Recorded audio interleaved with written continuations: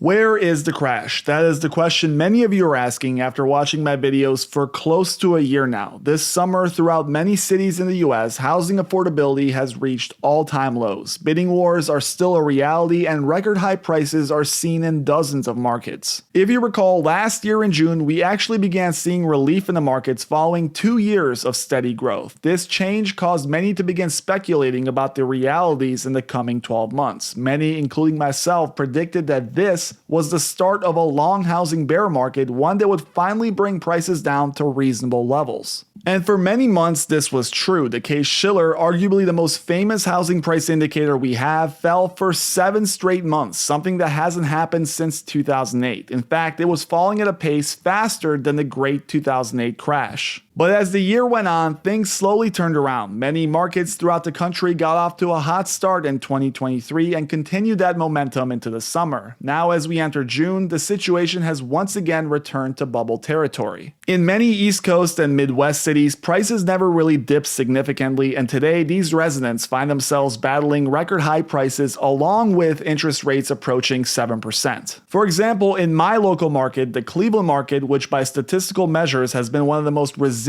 areas in the country, we saw prices go from around $155,000 in March of 2020 to nearly $214,000 as of May 2023. That represents a 38% increase in a little over 3 years. But that's not the full picture either. If you adjust for interest rates, you can see that affordability has gotten much worse than what strictly prices represent. For a typical buyer using a 30-year mortgage, a normal payment has went from $1,100 in 2020 to nearly $2,200 as of May. This represents a 94% increase in monthly payments, which is what most people are looking at when buying residential real estate. Now, if you look at the chart of Cleveland prices, what you'll notice is that last year around this time, we saw prices peak out and begin what I referred to earlier as the big 2022 decline. For example, prices here went from a peak of $213,000 to a low of $165,000 around Christmas. Part of this decline was, of course, seasonality, as prices typically do peak around the spring-summertime, but a large portion of this decline wasn't attributed to this yearly occurrence. Prices actually fell 23% before beginning their quick recovery up, and many are left wondering why this sort of bizarre behavior can be observed in many spots throughout the US. If it happened last year, the question on everyone's mind is simple. Will we see the same this year? And if we do, how far are we going to dip going into the winter? And what type of catalyst is going to save us in the spring with all the headwinds we're facing this time around? Remember, many are calling for a US recession to begin in Q4 of 2023. That means that if this type of decline occurs once again, it's going to be met with falling economic numbers going into Christmas 2023. And if that's the case, what will bring up the market in the same way that spring 2023 revived this massive dip that we saw last winter? If you look at a few markets throughout the country, you'll see some rather bizarre price action with large deviations city to city. In fact, at the center of this imbalance is a town that has broken everything we know about real estate and what it's supposed to do given expected supply and demand numbers. This is a city that is already in the middle of what seems to be a crash, and now experts are wondering if this story is going to play out in other cities throughout the country. Now, before I reveal where it is, I would greatly appreciate it if you took a moment to hit that like and subscribe button if you're enjoying the content thus far. My last 2 uploads got over 4,000 likes, just missing that elusive 5K figure. Let's see if we can get there on this upload. Now back to what I was saying. The city that everyone in the real estate world is talking about is here. This is Austin, Texas, and Austin is unlike any other market in the United States. It is essentially in a crash as we speak. Remember, this is a town that managed to survive the 2008 financial crises largely unscathed. While the rest of the country endured a massive price drop, prices in Austin stayed relatively flat from 2007 to 2011. But this time around, Austin finds itself in a massive correction. According to a chart Lance Lambert published on Twitter, this city is experiencing something that is exceeding the 2008 crash in terms of pace. In the 2000s crash, it took Austin nearly 43 months to fall 8.5%.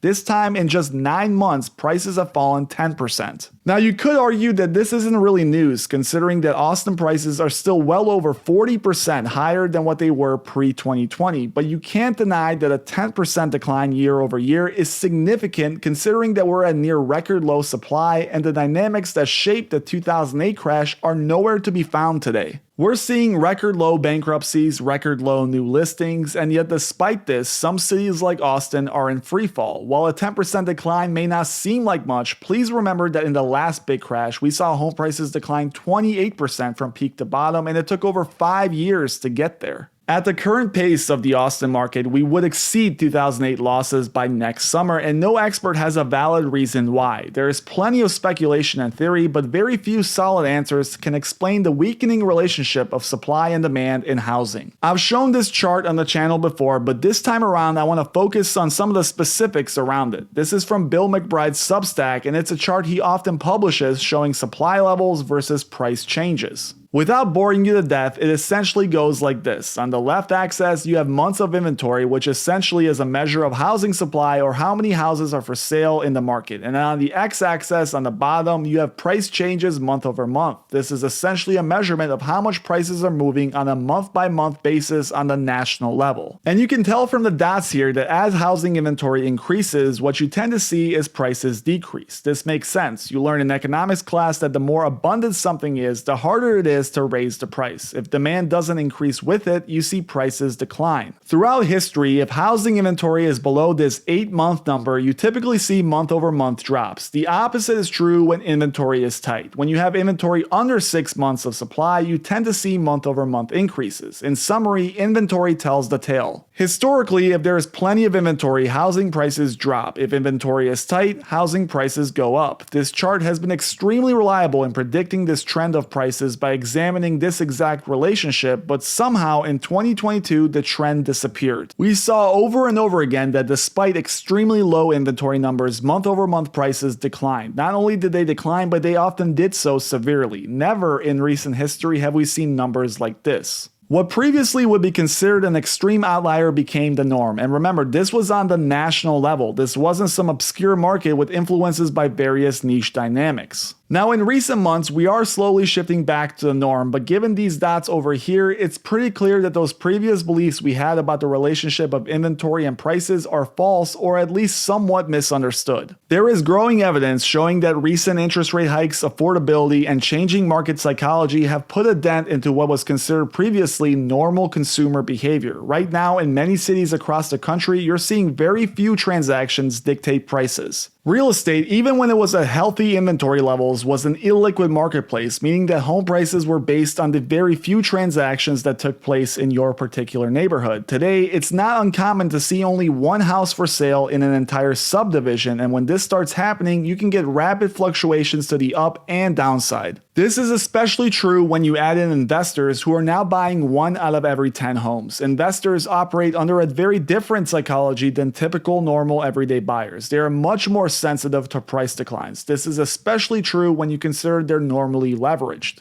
Let's take for an example Opendoor. They're a unique example as they're a massive iBuyer operation, but regardless, it may seem like Opendoor is buying homes for cash, but in reality, this cash is funded via loans that are becoming harder and harder to get as interest rates and premiums go up. When their large inventory of homes begins to lose value, the losses can quickly add up, and investors like these are quick to leave the market and dump. Unlike typical buyers, investors will cut prices quickly even if it means taking on heavy losses. They refuse to be the last holding the bag, and just as we see some of these prices jump up, we can see them fall in the same manner, influenced by this large investor class that oftentimes controls the pricing behind entire neighborhoods. Right now, things are calm and it's peak buying season, but as June turns to July, we're going to get a true test. If in fact we do follow the trend of last year, we should see median prices begin declining severely going into the winter months, and with this, everyone will be watching carefully to see if the experts are right. If we do indeed get a recession, one has to wonder how the housing market will emerge in 2024 as the spring buying season picks up once again.